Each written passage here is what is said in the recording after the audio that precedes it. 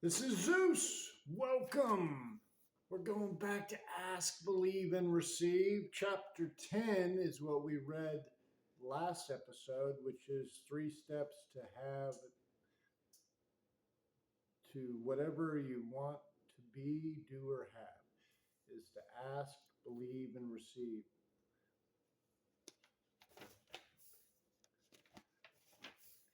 And we're on chapter 11 right now, which is with patience, you will become a joyous, deliberate creator. Let's hear what it has to say.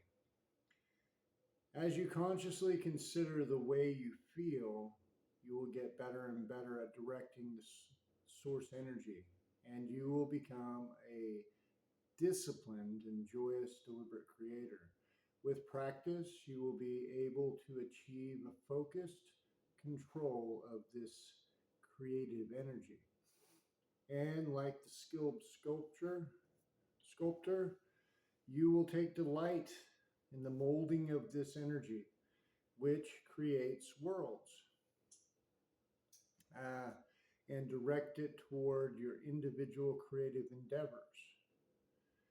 As you focus creative energy, there are two factors to consider. First, the intensity and the speed of the energy, and second, your level of allowing or resisting. The first factor has to do with the amount of time you have spent considering your desire and to what degree you have become specific. In other words, when you have been wanting something for a long time, your summoning power is much greater than if you are just thinking about it for the very first time today. Also, whatever you have considered it for a long time, having experienced contrast that helped you to become even more specific about it, your desire summons it in even more powerful way. Once a desire has achieved that sort of power or speed, it is quite easy for you to feel how you are doing with the second factor, the allowing or resisting of the equation. When you're thinking about something that you have been wanting for a very long time, and in this moment you are noticing that it has not yet happened, a strong negative emotion would be present within you. For you are thinking about something that has very strong energy that you are not in vibrational alignment with. However, if you're thinking about something has that have been wanting for a long time and you're imagining that it is happening, when your emotion would be one of anticipation or eagerness. And so you can tell by the way you feel whether in this moment are a match to your desire or a match to its absence. Whether you are allowing or resisting your desire, or whether you are in this moment helping or hindering, is not about controlling thoughts, it's about guiding thoughts. In your highly technological evolved society where you have immediate access to almost everything that is happening around your planet, you are bombarded with thoughts and ideas that at times feel invasive to your personal experience. And so the idea of controlling your thoughts when there are so many other thoughts coming forth from seems impossible. It seems instead rather normal to just give your attention to whatever is in front of you.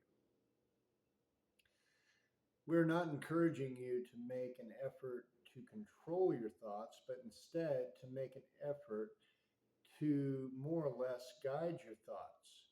And it is not even so much about guiding your thoughts as it is about reaching for a feeling, because reaching for the way you would like to feel is an easier way to hold your thoughts in vibrational alignment with the with that which you believe is good. The law of attraction is already magnetically attracting and organizing your thoughts.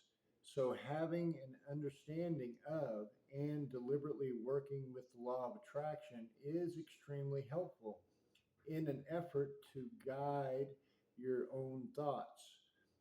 Remember, whenever you give your attention to a thought, that thought immediately becomes activated within you. So the law of attraction immediately responds, which means that other thoughts in vibrational harmony with that thought that you have just activated now join your activated thought, making it more pronounced, more powerful, and more active, attractive thought. And as you continue your focus and as your thought expands, the more powerful thought you have just activated is joined by others like it. And on it goes. When your practice thought becomes a dominating thought, whenever you have consistently focused upon a subject, causing a consistent vibrational activation of it within you, it becomes a practiced and dominated thought.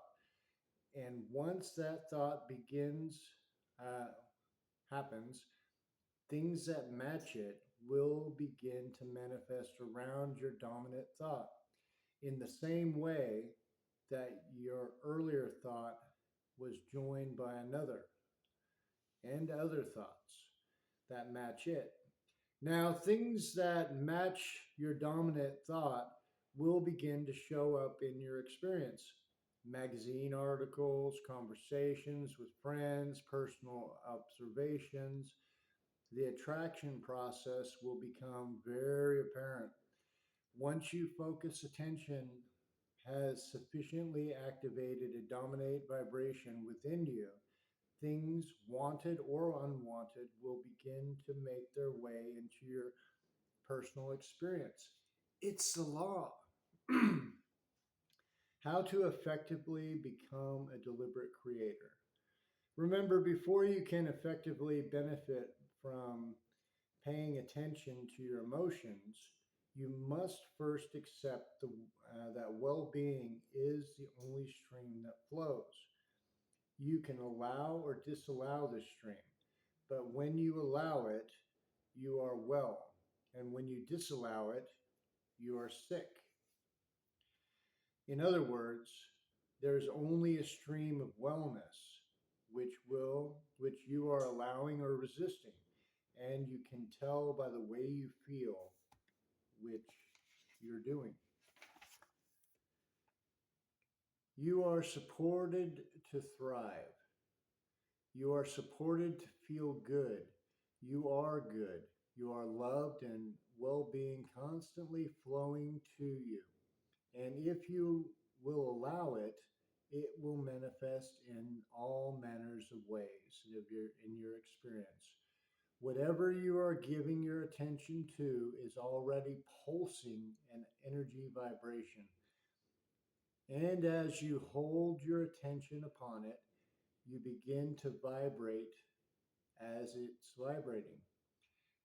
Even time, each time you focus upon it and each time you offer the vibration, it feels easier for you to do it the next time until in time you develop a sort of vibrational proclivity. It is like practicing anything. It gets easier and easier. And with enough focusing on this thought, and therefore practicing this vibration, you form what is called a belief. A belief is only a practice vibration. In other words, once you have practiced a thought long enough, then anytime you approach the subject of that thought, the law of attraction will take you easily into the full vibration of your belief. So now the law of attraction accepts that belief as your point of attraction and brings to you things that match that vibration. And so as you have life experience that matches those thoughts you were pondering, you conclude, yes, this is the truth. And while it may be accurate to call it truth, we would prefer to call it attraction or creation. Anything that you give attention to will become your truth. The law of attraction says that it must. Your life is everyone else's. Your life and everyone else's too. It is but a reflection of the predominance of your thoughts. There is no exception to this. Have you made a decision to direct your thoughts? To be a deliberate creator of your own experience? You will be one who has decided to direct your thoughts. For only when you deliberately choose the direction of your thoughts can you deliberately affect your own point of attraction. You cannot continue to discuss, observe, and believe things in the same way you always have to make changes in your point of attraction. Anymore, as we mentioned previously. Then you can set your radio dial to 6:30 a.m. and receive the broadcast on 101 FM. Your vibrational frequencies have to match. Every emotion that you feel is about your alignment or misalignment with the energy of your source. Your emotions are your indicators of the vibrational variance between your physical being and your inner being. And when you pay attention to these emotions and try to focus on good feeling thoughts, you are then using your emotional guidance system in the way that it was intended when you decided to come into this physical body. Your emotional guidance system is the key to helping you understand that your vibrational content is, and therefore exactly what your current point of attraction is. Distinguishing between the actual thought of what you want compared to the thought of its absence.